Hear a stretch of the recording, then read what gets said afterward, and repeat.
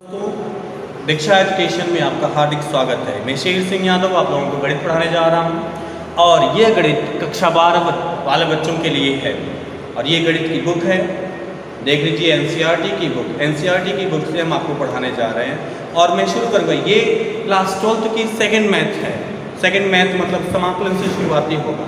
मैं समाकलन शुरू करूँगा, लेकिन उससे पहले आप लोग चैनल को सब्सक्राइब कर लीजिए ताकि मेरे वीडियो आप तक पहुँचते रहे।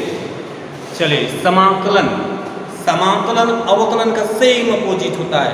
यदि आप अवकलन पढ़े हैं तो समाकलन को पढ़ने में आपको कोई तकलीफ नहीं होगी।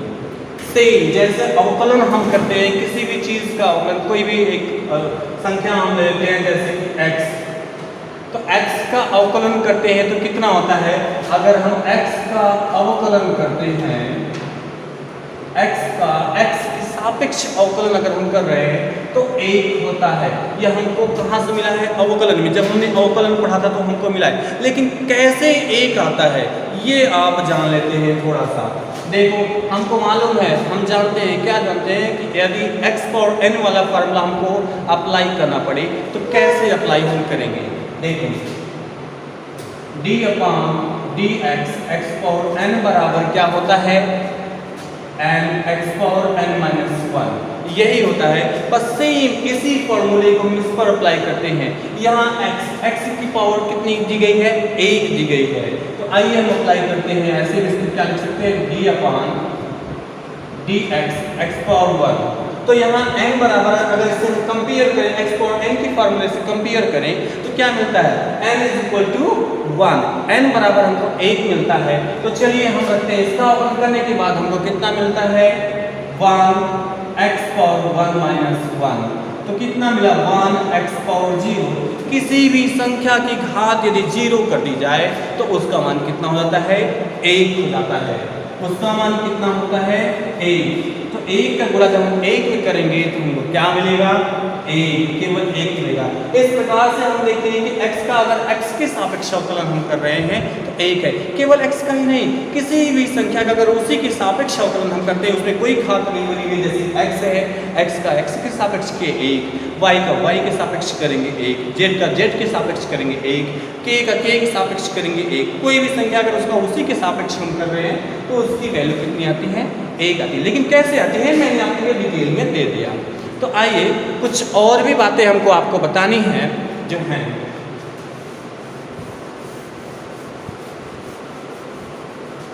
समाकलन को पढ़ने से पहले उसके फॉर्मूलों को जानना जरूरी होता है। जैसे हमने अभी जस्ट आपको बताया कि समाकलन अवकलन का सेम अपोजिट है। अगर हम x का अवकलन करते हैं तो 1 आता है। x के सापेक्ष अवकलन कर रहे हैं, याद रहे 1 आता है। तो सेम यही समाकलन, किसका समाकलन हम करते हैं? अगर 1 का हम x के सापेक्ष समाकलन करते हैं तो कितना हमको मिलता है? 1x मिलता है। कैसे? हमने जब बताया कि d का जो x का अगर x के सापेक्ष हम अवकलन कर रहे हैं तो 1 होता है। तो उसी प्रकार 1 का अगर हम x के सापेक्ष समाकलन करेंगे तो कितना होगा? x होगा। अब कैसे होता है थोड़ा सा, ये क्योंकि बहुत ही छोटी सी बात है, ये अक्सर लोग इसको छोड़ देते हैं, नहीं समझ पाते हैं। बस फार्मूला को याद कर लेते हैं कि 1 का समाकलन अगर हम x के सापेक्ष करते हैं तो x हो जाता है। कैसे होता है उस बात को जानना जरूरी होता है। देखिए, सेम जैसे इसके लिए मैंने बताया कि x पावर n का फार्मूला इसमें यूज करते हैं। कौन सा फार्मूला यूज करते हैं? x पावर n का फार्मूला यूज करते हैं। x power n d/dx x power n बराबर होता है n x power n minus 1। ये फार्मूला होता है, यहाँ -1 है, ये फार्मूला होता है। तो सेम यहाँ पर भी कुछ फार्मूला होता है। अगर इंटीग्रल x पावर n वाला फार्मूला हम यूज करें तो क्या अप्लाई होगा?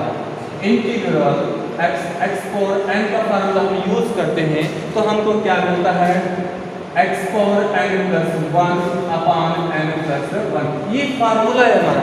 इसी फार्मूले को हम इस पर अप्लाई कर देते हैं। अब देखो, हम ला रहे हैं, इसको सिद्ध करके ला रहे हैं। बहुत छोटी बात है, अक्सर लोग बताते नहीं है इस बात को। देख लो ध्यान से, क्या किया हमने, 1 है। अभी हमने बताया कि किसी भी संख्या की घात अगर हम 0 कर दें तो उसकी वैल्यू कितनी होती है, 1। तो यहाँ हमें x के सापेक्ष निकालना है, इसलिए हम इसको लिख देंगे x पावर 0 और समाकलन करना है तो हम dx, जिसके सापेक्ष करना है हम वो लगा देंगे, dx हो गया है। अच्छा, अब देखो, अब ये x पावर n वाला फॉर्मूला हमको लगाना है, तो लगा देते हैं। क्या हमको मिला हमको x पावर n, n का मान इसमें कितना है, 0। तो चलो हम 0 रख देते हैं, 0 + 1 अपान n + 1, n का मान फिर 0 है, 0 + 1 हो गया। अब यहाँ हो गया x पावर 0 + 1 का मतलब 1, आगे वैल्यू x पावर 1 अपान 1। किसी भी संख्या के बटे 1 कर दो, वो संख्या में कोई परिवर्तन होने वाला नहीं, क्योंकि 1 से किसी भी संख्या में भाग देते हैं तो कोई परिवर्तन नहीं होता, जितनी संख्या है उतनी आ जाती है। अब हमको मिला x power 1, x power 1 means x। देखो सिंपल सा एकदम है कि 1 का अगर हम समाकलन कर रहे हैं तो x हो जाएगा, और x का अगर हम x के सापेक्ष अवकलन कर रहे हैं तो 1 हो जाएगा। इस फॉर्मूले को याद रखना, सेम अपोजिट होता है इस बात पर। और अच्छा, अगर इसको आप लोग लिखना चाहते हैं तो आप आराम से इसको स्क्रीनशॉट लेकर के लिख सकते हैं। देखिए मैं नेक्स्ट फॉर्मूला लिखने जा रहा हूं, ये 2 फॉर्मूले तो मैंने लिख दिए। अब तीसरा फॉर्मूला मैंने लिखने जा रहा हूं, जैसे कि हमें sin x का क्या करना है, अवकलन। ये किसकी लाइन है, ये अवकलन की है, और ये किसकी है, ये समाकलन की है। ये हम अवकलन करते हैं तो ये हमको फार्मूला मिलता है, और इधर साइड आगे हम समाकलन करेंगे तो हमको क्या फार्मूला मिलेगा, इधर नोट करना है हमको। देखिए अगर हम x के सापेक्ष sin x का अवकलन करते हैं तो हमको क्या मिलता है, हमको मिलता है cos x। देखिए हमने कहा है, शुरुआत में ही हमने आपको बता दिया है कि अवकलन का सेम उल्टा समाकलन होता है। यदि आप अवकलन पढ़ेंगे तो समाकलन पढ़ने में आपको कोई भी प्रॉब्लम नहीं होगी। आप यहाँ ध्यान से देख सकते हैं कि sin x का अवकलन हम जब करते हैं तो हमको कितना मिलता है, cos x। ये आप लोग आराम से जानते हैं, सबको मालूम है पहले से ही। तो सेम अब देखिए, और तो हम यहाँ पर जब cos x का क्या करेंगे, समाकलन करेंगे तो क्या हमको मिल जाएगा, sin x मिल जाएगा। इतना ध्यान रखना है, sin x का अवकलन करते हैं तो cos x होता है, इधर cos x का अगर हम समाकलन करते हैं तो sin x होता है। अब यहाँ पर अगर हम ध्यान दें, cos x का अगर हम अवकलन करते हैं तो कितना हमको मिलता है, -sin x मिलता है। अब यही बात है कि जब हम किसका, इधर sin x का जब हम क्या करेंगे, समाकलन करेंगे तो सेम होता, हमने कहा है कि cos का जब माइनस साइन होता है तो इधर साइन का क्या हो जाएगा, माइनस cos हो जाएगा। सेम अपोजिट हम आ जाएंगे, क्या आ जाएंगे, कहाँ पर आ जाएंगे हम, -cos x आएंगे। ठीक है, अब आते हैं हम नेक्स्ट और भी फॉर्मूले पर आते हैं नीचे लेकर के। अब जैसे यहाँ पर हमको मिला किसका, tan x का, किसका अवकलन हम कर रहे हैं, tan x का अवकलन करते हैं तो हमको क्या मिलता है, sec² x। tan x का अवकलन करते हैं तो हमको sec² x मिलता है। तो सेम यहाँ पर आ जाएंगे हम, क्या आएंगे, sec² x का अगर हम समाकलन करते हैं तो हमको क्या मिलता है, sec² x का यदि हम समाकलन करते हैं तो क्या मिलता है, tan x मिलता है। सेम देखिए, मैंने बहुत ज़्यादा नहीं, 3 से 4 फार्मूले बस मैंने लिखे हुए हैं, और इसमें आपको क्या मिला है, सेम अपोजिट मिला है। जो अवकलन करने पे आता है उसी का अगर हम समाकलन करते हैं तो अवकलज वाला आ जाता है। देखिए जैसे कि मैंने यहाँ बताया, sin x का क्या मैंने बताया, sin x का जब हम अवकलन करते हैं तो cos x होता है। सेम जब cos x का हम समाकलन करते हैं तो sin x होता है। लेकिन मैंने इधर बताया कि जब हम cos x का अवकलन करते हैं तो समाकलन हुआ है, यहाँ जब हम अवकलन करते हैं cos x का माइनस साइन होता है, तो यहाँ पर हम जब sin का समाकलन कर देंगे तो माइनस cos हो जाएगा। या फिर इसको आप ऐसे भी कर सकते हो कि माइनस साइन, यहाँ पर अगर इस माइनस को हटाना चाहते हैं तो यहाँ पर आप इसको -sin x का समाकलन कर दो प्लस cos x हो जाएगा। इस तरह से भी आप फॉर्मूला यूज कर सकते हो। या फिर sin x का हमने समाकलन किया तो cos x हो गया यहाँ पर। अब tan x का हम अवकलन करते हैं तो sec स्क्वायर x होता है, जबकि हम यहाँ पर sec स्क्वायर x का समाकलन करते हैं तो tan x होता है। चलिए और फार्मूला हम लिखते हैं, इसको अगर आप नोट करना चाहते हैं तो आराम से नोट कर सकते हैं। चलिए मिटाते हैं इसको।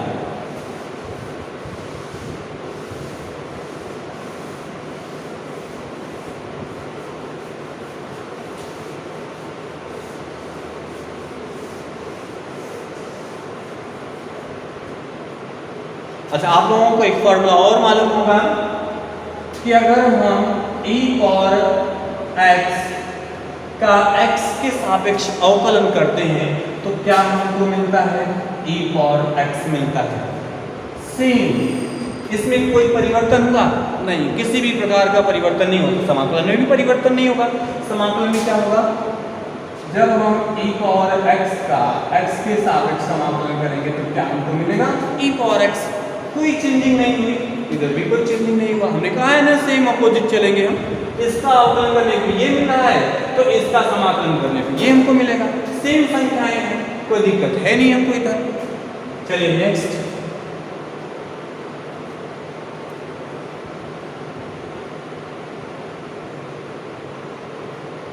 log x base e। जब हम log x बेस e का अवकलन करते हैं तो हमको क्या मिलता है? हमको मिलता है 1/x। क्या मिलता है? 1/x हमको मिलता है। अब सेम देखो, हमने कहा है अपोजिट करना है तो सेम जब हम यहाँ अब इसका यहाँ पर किसका अवकलन समाकलन करेंगे? 1/x का। 1/x का x के सापेक्ष समाकलन करेंगे तो हमको क्या मिल जाएगा? log x बेस e प्राप्त हो जाएगा। देखो जैसे हमने बताया कि log x बेस e का अवकलन करने पर हमको 1/x प्राप्त होता है, तो वैसे ही 1/x का समाकलन करने पर हमको क्या प्राप्त होगा? log x बेस e प्राप्त होता है। अब और फार्मूला है, चलिए देखिए जैसे, अच्छा हाँ एक चीज मैं और आप लोगों को बता दूं कि ये जो d/dx दिया है ये किसका सिंबल है? ये अवकलन का है। कहीं पर भी दिया है अगर d/dx दिया है तो इसका मतलब ये है कि उस जो संख्या दी गई है उसका x के सापेक्ष अवकलन किया जा रहा है। जिसके सापेक्ष हम अवकलन करते हैं उसको यहाँ नीचे लिखते हैं। यहाँ पर x के सापेक्ष अवकलन किया जा रहा है इसलिए x नीचे दिया गया है। अगर y के सापेक्ष हम अवकलन करते हैं तो हो जाता है d/dy। अगर z के सापेक्ष होता तो हो जाता है d/dz। t के सापेक्ष होता तो हम लिखते हैं d/dt। ये जिसकी सापेक्ष करते हैं उसको हम यहाँ नीचे लिखते हैं। अच्छा, ये d/dx में बताया किसका सिंबल है? अवकलन का सिंबल है। और ये जो dx दिया जा रहा है, जो dx केवल दिया जा रहा है, ये किसका सिंबल है? ये समाकलन का सिंबल है। कहीं भी अगर dx लगा है या फिर ऐसा सिंबल लगा हुआ है तो आप समझ जाइएगा कि उसका हमको समाकलन करना है। कभी कभार क्वेश्चन में नहीं दिया जाता है, ऐसा नहीं लिखता है कि इसका समाकलन कीजिए, या फिर ऐसा ना दे दे कि इसके अवकलज गुणांक ज्ञात कीजिए, वो बस ऐसे सिंबल लगाकर दे दे इसको हल कीजिए। तो आप समझ जाइएगा कि ऐसा चिन्ह अगर आपको मिले और लास्ट में dx दिया गया हो तो आप समझ जाइएगा कि उसका समाकलन हमको करना है। और किसके सापेक्ष? ये दिया रहेगा dx दिया है तो मतलब x के सापेक्ष करना है, dt दिया रहेगा तो t के सापेक्ष हमको करना है। वो आप यहाँ से आइडेंटिफाई कर लोगे कि हमको क्या करना है। तो देखिए हम यहाँ पर जितने भी फार्मूला मैं लिख रहा हूँ सब में हम x के सापेक्ष कर रहे हैं। तो यहाँ पर मैंने लिखा d/dx। अच्छा, sec x का जब हम अवकलन करते हैं तो हमको क्या मिलता है? sec x का अवकलन करके मिलता है हमको sec x into tan x। क्या मिलता है हमको? sec x into tan x मिलता है। इस बात पर ध्यान देना। फार्मूला बहुत जरूरी होता है। सवाल को लगाने से पहले, प्रश्नावली को शुरू करने से पहले आपको फार्मूला मालूम होना चाहिए, तभी तो आप हल कर पाओगे। लेकिन अभी शुरुआती है, ये समाकलन का शुरुआती दौर है, शुरुआती चैप्टर है। 7वां चैप्टर आपका समाकलन है। सेकेंड बुक मैथ की जो है उस समाकलन का, उसका पहला चैप्टर समाकलन है और मैं आज वही शुरू करने जा रहा हूँ। तो इससे पहले आपको इस फार्मूले को जानना जरूरी है। जैसे ही आपको फार्मूला मालूम हो जाएगा आप सवाल ऑटोमेटिक लगा दोगे, उसमें किसी टीचर की आवश्यकता नहीं पड़ेगी। तो देखो sec x का अवकलन अगर हम करते हैं तो हमको क्या मिलता है? sec x into tan x। मैंने बताया, हर बार मैं बता रहा हूँ कि सेम इसका अपोजिट आपको समाकलन में मिलेगा। तो चलिए समाकलन हम किसका करेंगे, अवकलन तो हमने इसका किया है, तो समाकलन किसका करेंगे, इसका करेंगे हम। समाकलन हमने कर दिया, किसका कर दिया, sec x into tan x, किसके सापेक्ष किया, dx, x के सापेक्ष किया। तो हमको क्या मिलता है, हमको मिल जाता है sec x। देखो सेम मिल गया हमको, sec x का हमने अवकलन किया था, sec x into tan x मिल गया। Same sec x into tan x का जब हमने समाकलन कर दिया तो हमको क्या मिल गया, sec x मिल गया। दूसरा नेक्स्ट फार्मूले पर आते हैं। अगर हम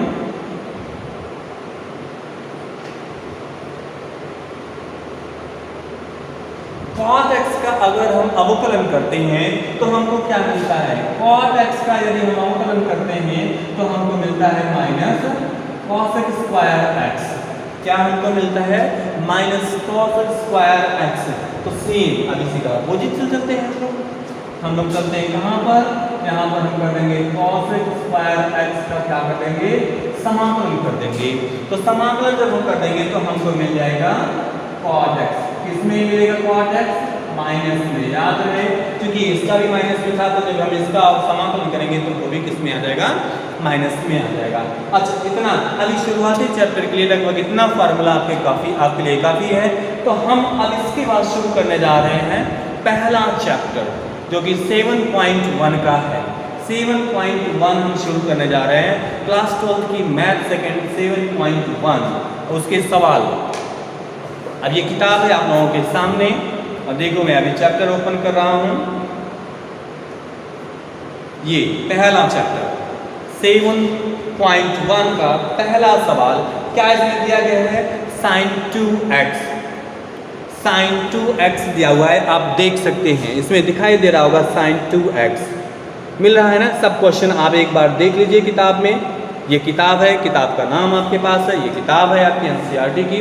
इसमें पहला क्वेश्चन दिया है sin 2x, लेकिन कैसे हल करना है उसके लिए पूछा है। हम पढ़ देते हैं, शायद आप लोगों को दिखाई नहीं दे रहा होगा, मैं पढ़ देता हूँ।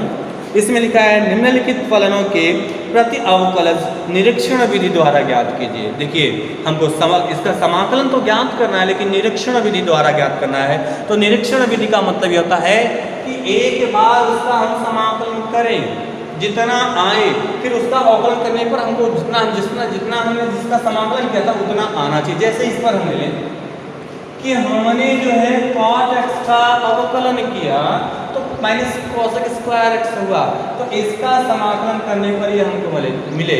तो हमें यहाँ प्रति अवकलज ज्ञात करना है, मतलब समाकलन के लिए हल करना है। तो यदि हम cos x स्क्वायर x का समाकलन करते हैं तो माइनस cot x होता है। तो हमको यही दिखाना है कि माइनस cot x का जब हम अवकलन करें तो cos x स्क्वायर x होना चाहिए। तो चलिए उसी पर हम चलते हैं और देखिए बताते हैं आप लोगों को पहला सवाल।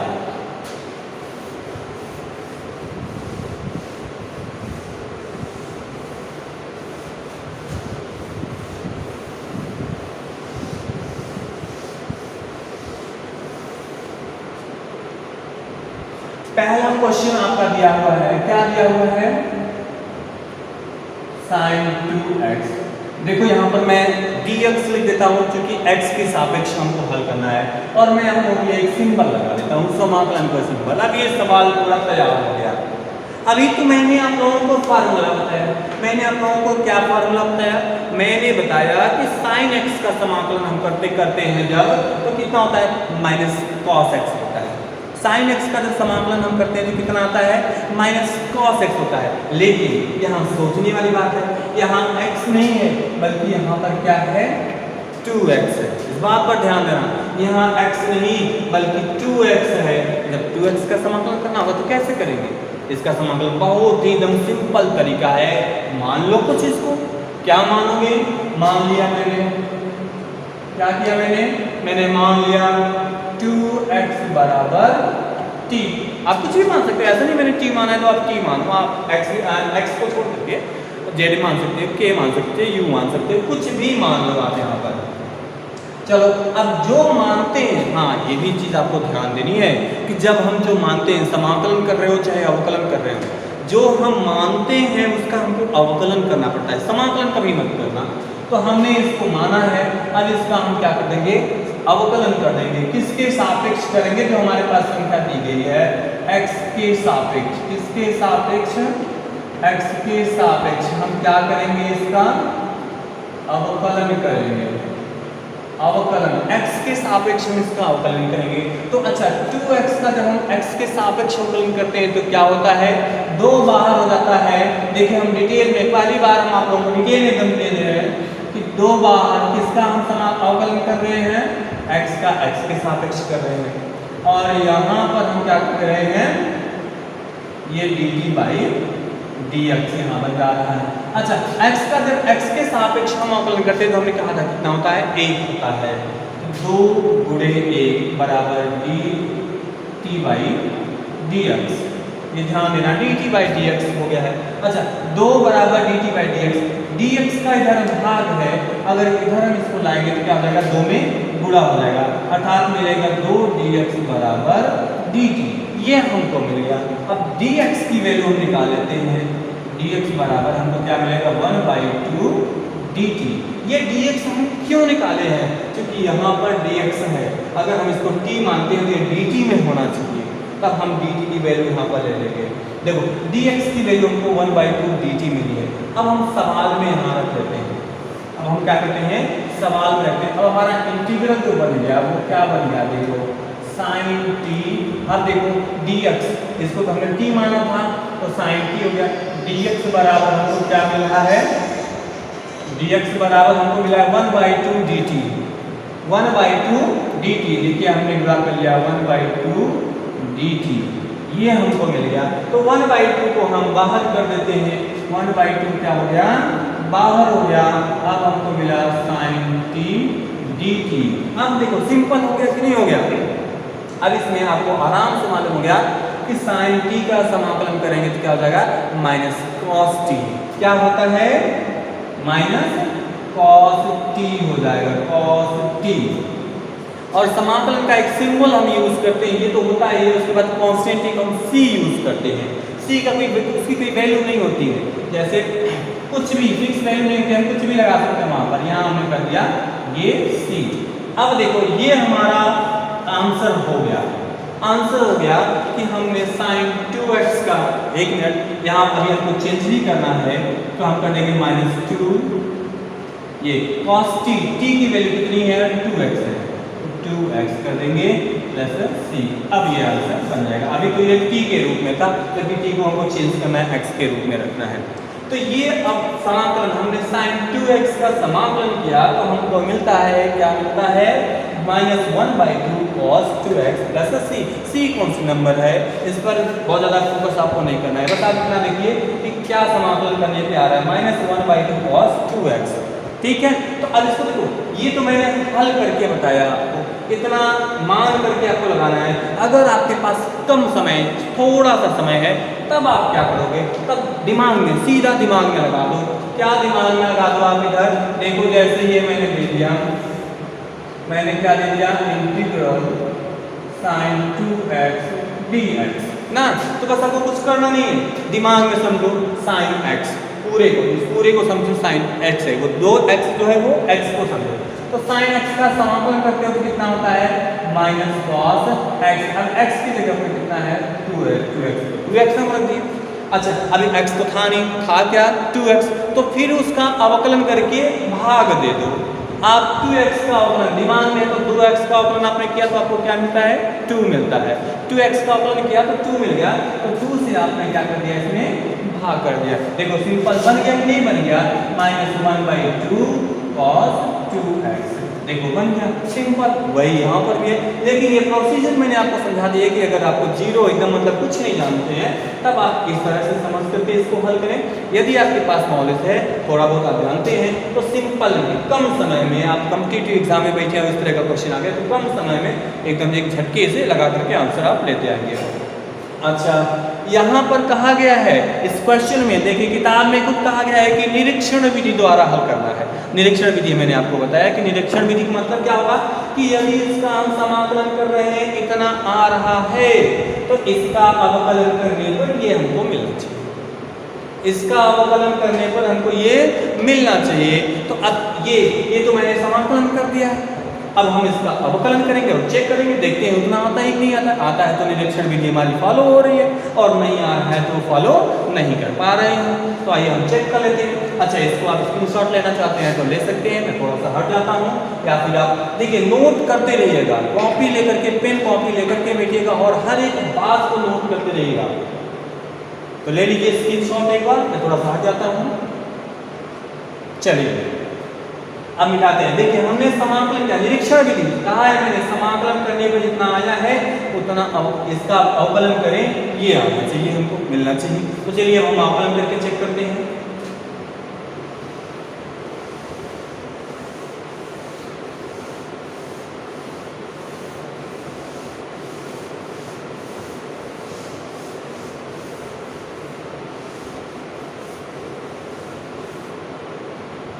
इसका अवकलन हमको करना है -1/2 cos 2x का अवकलन करना है हमको। अवकलन किसका करना है?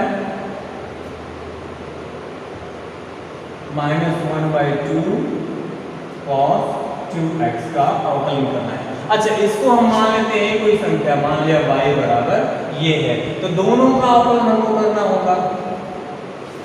x के सापेक्ष हमको करना है, इसलिए d/dx लगा दिया पहले से। तो इधर जब इसका मैंने अवकलन किया तो ये हो गया dy/dx। ये आपने अवकलन में पढ़ा हुआ है कि y का जब हम x का y के लिए करते हैं अवकलन तो dy/dx बनता है। अच्छा, इधर क्या हो गया, ये संख्याएं हैं तो संख्या क्या हो जाएगी, -1/2 बाहर हो जाएगी। अब हमको किसका अवकलन करना है? मात्र cos 2x का अवकलन करना है। कितने का अवकलन करना है? मात्र cos 2x का अवकलन करना है। तो चलिए देखते हैं cos 2x का अवकलन क्या होता है। -1/2 इसका अवकलन हम अभी जानते हैं, देखो सिंपल बता रहे हैं, इतना एक्सप्लेन करके इधर बताए थे, ये हम अवकलन कर रहे हैं। अवकलन आप लोगों ने पढ़ा है, इसलिए बहुत ज़्यादा डिटेल में इसके हम नहीं जाएंगे, शॉर्ट में ही बताने की कोशिश करेंगे कि ये cos x समझो, 2x को आप लोग क्या समझोगे? x समझोगे। अब देखो cos x का जब आप अवकलन करते हो तो कितना मिलता है आपको?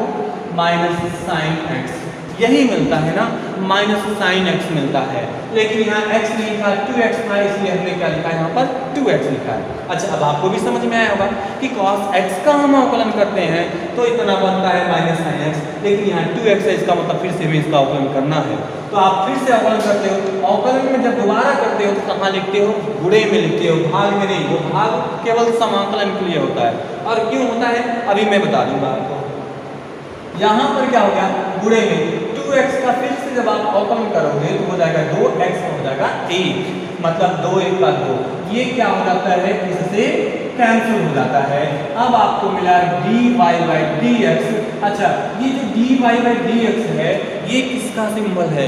ये अवकलन का सिंबल है। इस बात पर ध्यान देना, कहीं कहीं किताबों में केवल दे देता है dy/dx ज्ञात कीजिए, इसका मतलब हमको अवकलन करना होता है। अच्छा, dy/dx ज्ञात करना है, dx, इस पर हम फोकस करना है, x पे, मतलब किसके सापेक्ष? x के सापेक्ष आपको अवकलन ज्ञात करना है। तो देखिए ये dy/dx मतलब इसका अवकलन हो चुका है, और अवकलन करने पर माइनस गुणे माइनस प्लस हो गया, कितना हमारे पास बचा है? sin 2x बचा। कितना हमारे पास बचा? sin 2x। देखो अभी हमने इससे पहले sin 2x का समाकलन किया था तो हमको मिला था -1/2 cos 2x, और अभी हमने -1/2 cos 2x का अवकलन किया है तो sin 2x मिला। इसका मतलब ये होता है कि निरीक्षण विधि को हम फॉलो कर रहे हैं, हमारा क्वेश्चन सही है। अच्छा, अब इस विधि से अगर कभी भी क्वेश्चन आपको हल करना होगा तो बस दो बात ध्यान देना कि जितना जो संख्या दी गई है पहले उसका आप क्या कर लो? समाकलन कर लो। फिर जितना आपका आंसर बन जाए उसी का आप क्या कर दो? अवकलन कर दो। अगर सेम संख्या आ रही है तो समझ लो आप निरीक्षण विधि को फॉलो कर रहे हो, नहीं तो नहीं हो पा रहा है, कहीं ना कहीं मिस्टेक है आपके अवकलन में या फिर आपके समाकलन में है। चलिए, ये तो रहा इसका पहला क्वेश्चन। अब हम आते हैं दूसरे क्वेश्चन पर और देखते हैं दूसरा क्वेश्चन हमारा क्या दिया गया है। सेम, देखिए सेम क्वेश्चन दिया गया है। दूसरा क्वेश्चन दिया गया है cos 3x, जहां पर sin 2x हम कर रहे थे, अब वहां पर cos 3x है। तो देखते हैं cos 3x कैसे लगता है। आप इसका स्क्रीनशॉट लेना चाहते हैं तो एक बार ले सकते हैं। चलिए अब मिटा लेते हैं हम।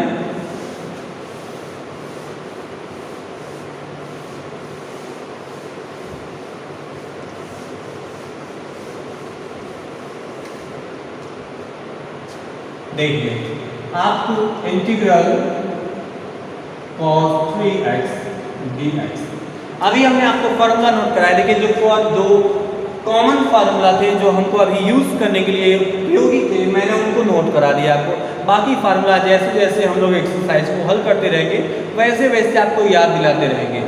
क्योंकि पहले शुरुआती में एक सब फार्मूला याद दिलाने का मतलब ये है कि जब मैं फार्मूला बाद में यूज करूंगा तो आप उसको भूल गए रहेंगे, इसलिए आपको मैं जब जैसा प्रश्नावली आएगा मैं उसके जो फार्मूले यूज रहते हैं उन फार्मूलों को आपको रिमाइंड कराते रहूंगा। तो चलिए कॉस इस पूरे को आप अपने दिमाग में, अब हमेशा तो आप उतना एक्सप्लेन करोगे नहीं, आप अपने दिमाग में क्या करो, एक्स समझो। तो cos x का अभी हमने समाकलन बताया तो क्या हमको मिलता है, sin x मिलता है ना। लेकिन यहाँ x नहीं है, यहाँ पर क्या है 3x है, तो हम यहाँ पर क्या लिखेंगे 3x लिख देंगे। अब हमने कहा है कि जो संख्या जिसको हमने दिमाग में माना है कि वो वास्तविक संख्या नहीं है, कोई और संख्या है, तो उसका फिर से हम अवकलन करके बटा मिलते हैं, भाग करके लिखते हैं। तो 3x का फिर से अवकलन करेंगे तो कितना हमको मिलेगा 3 मिल जाएगा, और यहाँ पर कांस्टेंट c हम यूज कर देते हैं। तो आइए तो हमको क्या मिलता है, cos 3x का जब हमने समाकलन किया तो हमको मिला 1/3 sin 3x प्लस c मिल गया इतना। अच्छा अब हम ध्यान देंगे कि प्रथम ये निरीक्षण विधि को क्या फॉलो कर पा रहा है कि नहीं कर पा रहा है, उसको हमको देखना है। तो अब चलिए इसी का हम क्या करेंगे, अवकलन। अब देखिए हम कर लेते हैं y बराबर मान लेते हैं इसको, y बराबर मान लेते हैं -1/3 sin 3x प्लस c। अब चलिए किसके सापेक्ष हमको करना है, x के सापेक्ष इसको हमको हल करना है। तो आइए यहाँ पर हो जाएगा dy/dx, ये आप लोग पढ़े हुए हैं। अच्छा -1/3 इस संख्या को हमने बाहर किया, sin 3x का जब हम अवकलन करते हैं तो क्या होता है cos 3x, क्या हमको मिलता है cos 3x मिलता है। अच्छा sin x का जब हम अवकलन करते हैं तो cos 3x मिलता है, फिर cos 3x का फिर से अवकलन करते हैं तो हमको क्या मिल जाता है, एक मिनट थोड़ा सा देखो इसमें मिस्टेक हुआ है। cos x का जब हम समाकलन करते हैं तो हमको sin x मिलता है, यहाँ पर माइनस मिस्टेक से लग गया है, यहाँ पर नहीं था लेकिन यहाँ पर लग गया है। तो cos x का समाकलन करते हैं तो sin x होता है, माइनस नहीं होता है, बल्कि sin x का समाकलन करते हैं तो माइनस cos होता है। अब देखिए तो हम यहाँ पर 3x का फिर से अवकलन कर रहे हैं तो हो रहा है 3 × 1। अब देखो 3 से 3 कैंसिल, अब हमको dy/dx बराबर हमको मिला है cos 3x। अब देखो अच्छा यहाँ पर हम छोड़ दिए थे c का यहाँ पर हो जाएगा हमारे लिए 0 कैसे होगा, कोई अगर संख्या दी गई हो, कोई भी संख्या हम दे दें, हम कह दें कि x के सापेक्ष किसका आप अवकलन कर दो 5 का, 5 मैंने 5 दिया है, 5 का x के सापेक्ष अगर हमको अवकलन करना है तो जिसके सापेक्ष हमको अवकलन करना है उतना वो संख्या होनी चाहिए उसमें। अब यहाँ x के सापेक्ष करना है तो x फंक्शन है इसमें नहीं है ना, तो फिर क्या हो जाएगा इसका मान, इसका जब हम अवकलन x के सापेक्ष करेंगे तो क्या हो जाएगा 0। सेम प्रोसीजर यहाँ अप्लाई होता है, c का अगर हम x के सापेक्ष कर रहे हैं तो क्या हो जा रहा है, यहाँ x तो है नहीं इसलिए क्या हो जा रहा है 0। अब हमारे पास बचा अवकलन करने पर क्या बच रहा है dy/dx बराबर cos 3x। देखो cos 3x का अवकलन करते हैं ये आपको मिलता है 1/3 sin 3x प्लस c। अब 1/3 sin 3x प्लस c का हमने अवकलन कर दिया तो हमको मिल गया cos 3x। मतलब ये क्या कर रहा है, निरीक्षण विधि को फॉलो करता है। तो आज के वीडियो में हम इतना करते हैं। इस प्रश्नावली का अगला जो क्वेश्चन है, अगले सवाल को हम अगले वीडियो में अपलोड करेंगे, तब तक आप लोग इसको देखिए। नमस्ते।